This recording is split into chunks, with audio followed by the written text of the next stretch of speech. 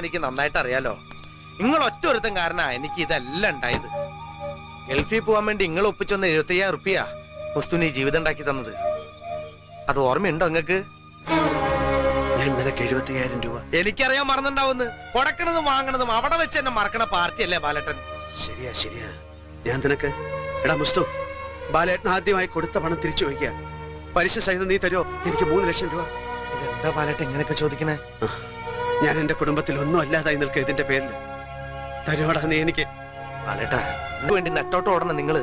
3 ലക്ഷം റുപ്യന്റെ പേരിൽ കുടുംബത്ത് വില കെട്ടവനാവേ. പിന്നെ എന്തിനാ ബാലേട്ടെ മുസ്തൊക്കെ ഇവിടെ ജീവിച്ചിരിക്കണേ?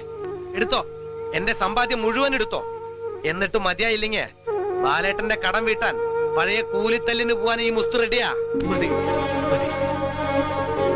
നിന്നെ ഇപ്പൊ എന്റെ മുമ്പിൽ കൊണ്ടെത്തിച്ചത് അടച്ചോണ്ടാ. ബാലേട്ടാ,